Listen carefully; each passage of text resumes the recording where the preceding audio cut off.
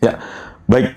Kita akan memasuki chapter berikutnya terkait dengan lecturing teknik.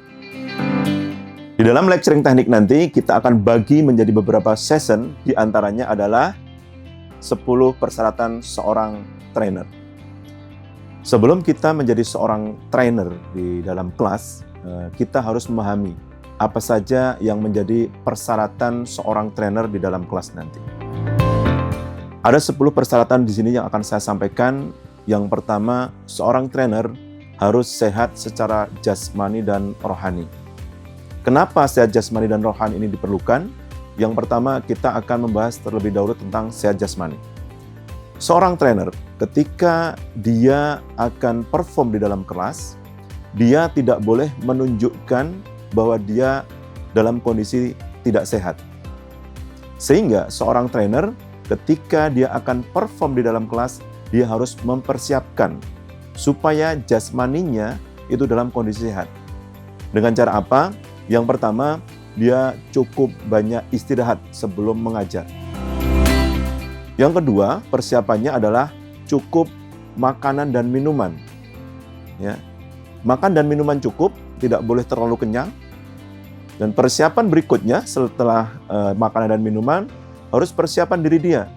Mungkin sebelum dia mengajar, dia harus persiapan ke kamar mandi terlebih dahulu, sehingga nanti pada saat perform, dia tidak pengen ke kamar mandi, atau tidak ingin ke kamar mandi untuk buang air kecil atau buang air besar. Kesehatan jasmani ini sangat diperlukan karena ketika seorang trainer mau mengajar, butuh fisik yang prima. Dia membutuhkan fisik yang prima. Terlebih lagi ketika durasi dia mengajar itu cukup lama. Sehingga diperlukan kesehatan yang prima.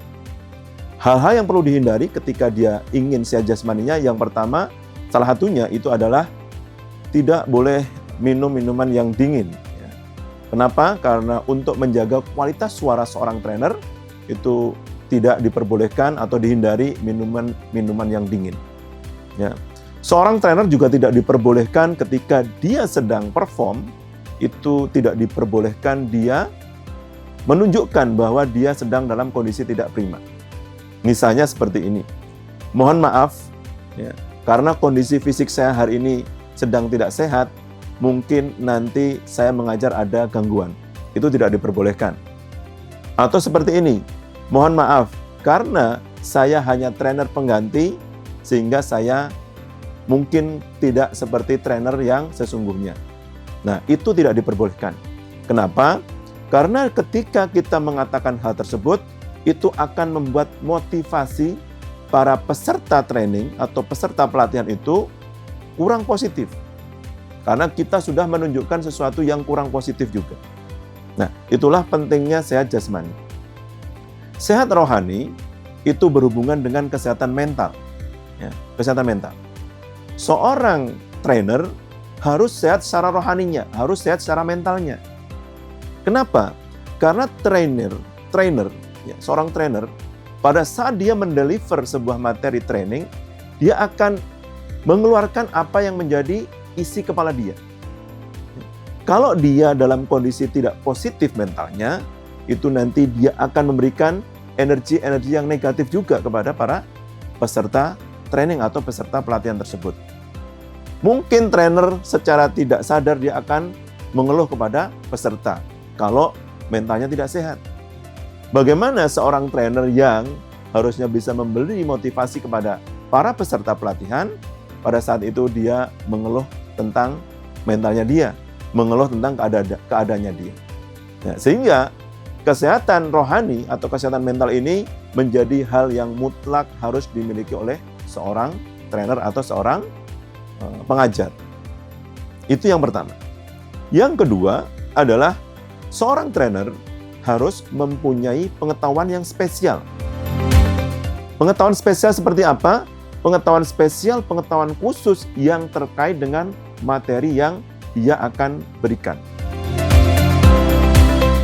Seorang trainer pemula biasanya ketika jam terbangnya belum tinggi, pengetahuannya, wawasannya itu terbatas.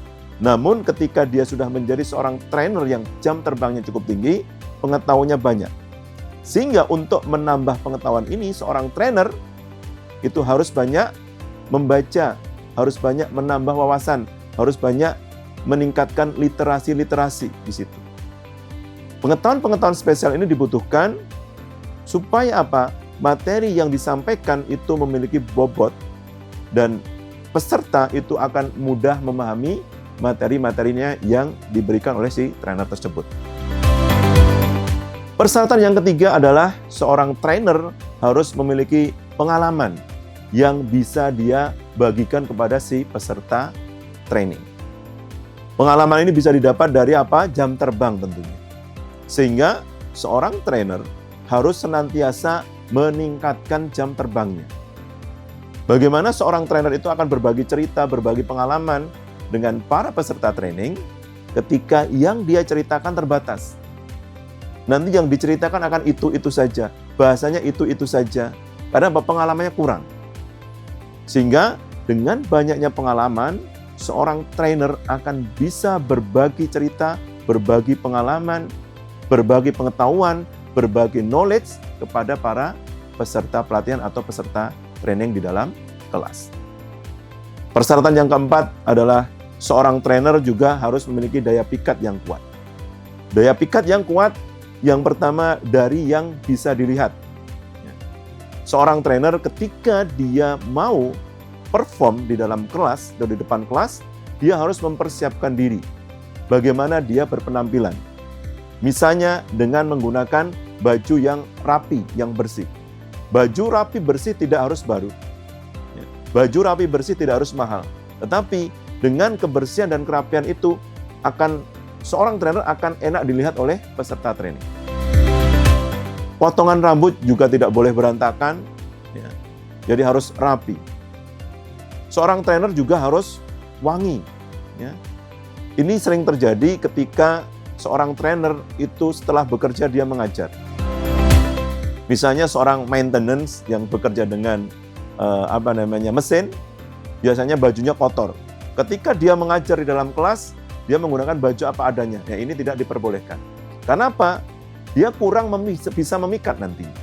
Ya, itu pikatan yang pertama, daya pikat yang pertama itu adalah dari yang terlihat. Daya pikat yang kedua adalah bagaimana dia mengucapkan, bagaimana dia berperilaku di dalam kelas tersebut. Sehingga perilaku, ucapan, attitude dari seorang trainer itu harus attitude yang positif, yang enak dilihat oleh si peserta training. Persyaratan yang kelima, seorang trainer juga harus mudah beradaptasi dengan segala kondisi. Ada kalanya ketika kita sedang perform di dalam kelas, ada kondisi-kondisi tidak terduga. Semisal, ketika kita mengajar di dalam kelas, tiba-tiba proyektornya mati, atau tiba-tiba komputernya mati. Nah, kita harus bisa beradaptasi. Bagaimana kita melakukan pelatihan tanpa menggunakan proyektor? Bagaimana kita melakukan pelatihan tanpa menggunakan komputer? Persiapan-persiapan materi, persiapan-persiapan untuk menghadapi hal-hal yang mungkin tidak diinginkan, itu harus disiapkan. Sehingga dengan kondisi apapun, pelatihan itu tetap bisa dijalankan. Nah, beradaptasi dengan segala kondisi ini menjadi hal yang sangat penting. Karena kita tidak tahu, ketika Anda sedang mengajar, mungkin pembelajaran tidak hanya di dalam kelas saja. Ada kalanya kita akan praktek di lapangan. Dan kondisi-kondisi apapun di lapangan, seorang pengajar, seorang trainer harus siap dengan kondisi itu. Sehingga perlu mempersiapkan diri. Nah, persyaratan yang keenam adalah seorang trainer juga harus memiliki kemampuan dan kebiasaan untuk mengembangkan diri. Kebiasaan untuk mengembangkan diri. Pengembangan diri seorang trainer itu bisa didapatkan dengan dia membaca, banyak membaca. Ataupun dia juga banyak belajar di kelas-kelas yang lain untuk meningkatkan pemahaman dia, untuk meningkatkan pengetahuan dia. Kalau seorang trainer tidak memiliki kebiasaan mengembangkan diri, nanti dia akan terbatas, memiliki keterbatasan terhadap apa yang dia sampaikan. Karena pengembangan diri ini nanti akan menambah wawasan dia, akan menambah pengetahuan dia, sehingga yang nanti dia akan sampaikan kepada para audiens atau para peserta training itu menjadi lebih bervariasi. Jadi pengembangan diri itu menjadi satu hal yang sangat penting bagi seorang trainer. Yang ketujuh, persyaratan yang ketujuh adalah memiliki kemampuan untuk mengembangkan materi training. Bagi trainer-trainer yang profesional, materi training mungkin itu bisa disiapkan oleh orang lain. Tetapi bagi trainer-trainer yang baru memulai, sebaiknya materi training itu disiapkan sendiri. Pengembangan materi training itu ketika kita yang membuat sendiri, kita akan bisa menjiwai isi daripada materi itu. Sehingga pada saat nanti kita memberikan materi itu kepada peserta, kita bisa menghadirkan seluruh kemampuan kita. Kita bisa menghadirkan seluruh emosi kita di dalam kita memberikan pelatihan tersebut. Ya. Jadi pengembangan materi training ketika kita baru memiliki atau baru memulai menjadi seorang trainer itu lebih baik dikembangkan sendiri. Sehingga di sini menjadi salah satu persyaratan mengembangkan materi training. Persyaratan yang ke-8, seorang trainer juga harus memiliki kemampuan dan kelancaran dalam berbicara. Ya. Karena apa? Seorang trainer modal utamanya adalah dia berbicara. Makanya seorang trainer harus melatih artikulasi, pengucapan-pengucapan. Ya. Sehingga ucapan-ucapannya, kalimat-kalimat artikulasinya yang dia keluarkan itu benar-benar tepat. Kadang-kadang kita mengajar dengan bahasa yang bukan bahasa kita. Misalnya bahasa Inggris. Nah, artikulasi pengucapan bahasa itu kadang-kadang karena bukan bahasa kita sendiri, itu agak sulit. Nah, kita harus belajar. Memiliki kelancaran dalam berbicara. Pada saat berbicara juga tidak boleh terlalu banyak jeda. Ada kalanya seseorang itu ketika dia berbicara, itu ada banyak jeda. Nah, biasanya ketika jeda dia memunculkan kata-kata untuk apa? Menjeda antara satu kata dengan kata berikutnya atau dari kalimat sebelumnya ke kalimat berikutnya. Ya. Itu akan sangat mengganggu. Ya. Sehingga kemampuan, kelancaran untuk berbicara menjadi sebuah persyaratan atau modal yang penting bagi seorang trainer atau seorang pengajar. Di samping itu, persyaratan yang ke-9, seorang trainer juga mesti bisa memiliki kemampuan untuk berpidato. Berbicara dengan berpidato mungkin berbeda. Kalau berbicara, mungkin kalimat-kalimat yang dia keluarkan, ya, itu asal tersusun dengan baik, itu bisa diterima. Tapi berpidato berbeda, dia memiliki keseriusan yang lebih tinggi. Nah, seorang trainer ketika dia disuruh berpidato, harus bisa. Makanya ini juga menjadi salah satu syarat. Ya. Syarat yang ke-9. Syarat yang ke-10, seorang trainer mesti memiliki kemampuan untuk melakukan tindakan yang dibutuhkan ketika dia menemukan masalah saat pembelajaran dilakukan.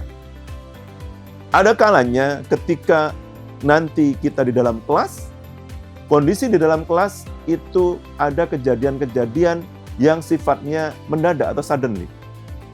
Dan seorang trainer mesti bisa mengambil tindakan yang dibutuhkan. Sehingga pelatihan tetap berjalan dengan baik, trainer juga bisa melakukan kegiatannya dengan maksimal, dan peserta juga mampu menerima apa-apa yang disampaikan oleh seorang trainer. Nah, 10 persyaratan ini harus dimiliki dan harus dipersiapkan seorang trainer sebelum dia melakukan pembelajaran atau pengajaran di dalam sebuah sesi training. Terima kasih, kita akan lanjut di sesi berikutnya.